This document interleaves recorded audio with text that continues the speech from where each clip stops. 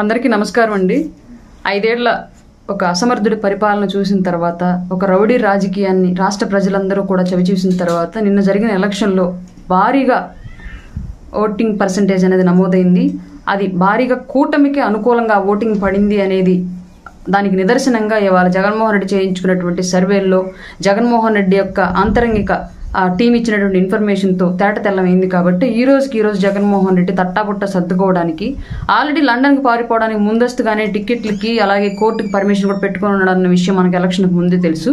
నిన్నటి పోలింగ్ తర్వాత ఈ రోజు ఇప్పటికిప్పుడు జరుగుతున్న ఇంకొక సంఘటన ఏంటి అంటే 6 రకాలైనటువంటి సంక్షేమ పథకాలు ఏవైతే ఫీజు రియంబర్స్మెంట్ కానివ్వండి, విద్యా దీవెన కానివ్వండి, రైతు భరోసా కానివ్వండి, ఇంకా మిగతా ఏవైతే సంక్షేమ పథకాలు 6 రకాల సంక్షేమ పథకాలకు సంబంధించి రాష్ట్ర ప్రభుత్వం నుంచి పేదల అకౌంట్లో పడాల్సినటువంటి 14,000 కోట్ల రూపాయల్ని జగన్మోహన్ రెడ్డి ఎప్పుడో జనవరిలో బటన్ నొక్కి ఇప్పటి వరకు కూడా అకౌంట్లో డబ్బులు వేయకుండా వివిధ సభలు పెట్టి ప్రతిదానికి ఆసరా పేరుతో సిద్ధం సభ, విద్యా దీవెన పేరుతో సిద్ధం సభ అని చెప్పేసి సభలు పెట్టాడు కానీ ఒక్కళ్ళకు కూడా అకౌంట్లో డబ్బులు వేయలేదు. ఆ డబ్బులన్నింటిని కూడా ఇప్పటి వరకు దాచిపెట్టి ఎలక్షన్కు ముందు వేసి ఓట్లన్నా కొల్లగొట్టాలి, లేదంటే ఎలక్షన్ తర్వాత ఆ డబ్బులు వాళ్ళ బినామీలకైనా కొల్లగొట్టి తీసుకెళ్లిపోవాలన్న ఉద్దేశంతో ఇప్పటి వరకు డబ్బులు వేయకుండా ఉంచుకున్నాడు.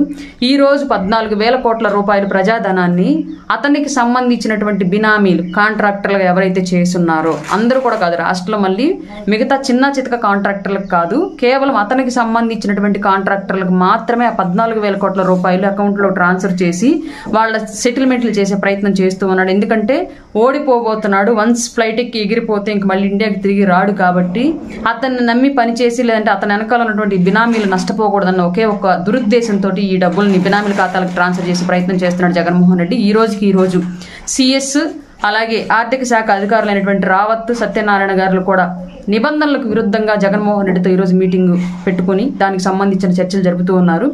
ఇన్ని రోజులు నేను పేదల మనిషిని, అన్ని కులాలను ఉద్ధరించానని చెప్పేసి మాట్లాడుతున్న జగన్మోహన్ రెడ్డి కేవలం అతని బినామీలకి, అతని సామాజిక వర్గానికి, అతని సామాజిక వర్గంలో కూడా కేవలం అతనికి ఉపయోగపడతారు అనుకున్న వాళ్ళకు మాత్రమే లబ్ధి చేకూర్చాడు. ఇన్నాళ్ళు కూడా అతనికి ఊడిగం చేసిన వాళ్ళే రాష్ట్రంలో బాగుపడ్డారు తప్ప సామాన్యులు, మిగతా సామాజిక వర్గాలు ఎవరు బాగుపడలేదు అనడానికి ఇది ఒక పెద్ద నిదర్శనం.